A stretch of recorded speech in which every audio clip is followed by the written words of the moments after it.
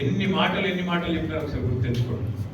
Bonus అని, 15,000 రైతు బంధు అని, 2 లక్షల వరకు రుణమాఫీ వెంటనే చేస్తానని ఇన్ని మాటలు చెప్తే, ముసలోళ్ళకి 4,000 పెన్షన్ అని, ఆడబిడ్డలకి 2,500 రూపాయలు ఇస్తానని, ఇన్ని స్కూటీలని, ఒకటి కాదు నిరుద్యోగ వృత్తి అని, ఇవన్నీ సరిగ్గా గ్యాస్ ఏడు చెప్పిన 420 ఏడ చెప్పాలి ఇవన్నీ.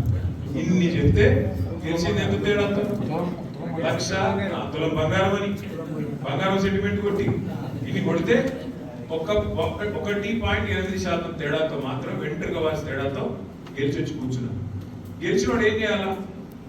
చేతనైతే పని చేయాలి, లేదంటే దండ పెట్టి సారీగా పోయి నేను తప్పు చెప్పినా, బోగస్ మాటలు చెప్పినా నాకు క్షమించండి, కొన్ని చేస్తా కొన్ని చేయలేదు, నాతో అయితే లేదు, ఎందుకంటే నాకు నడుపుడు చేత కాదు, ఏదో ఒకటి వెళ్ళినా ఇప్పుడు వచ్చేసిన, కానీ ఇంకా దండం పెడతానేమో అనుకోవద్దు అని చెప్పి కనీసం క్షమాపణ చెప్పాలని నిజాయితీ ఉండాలి.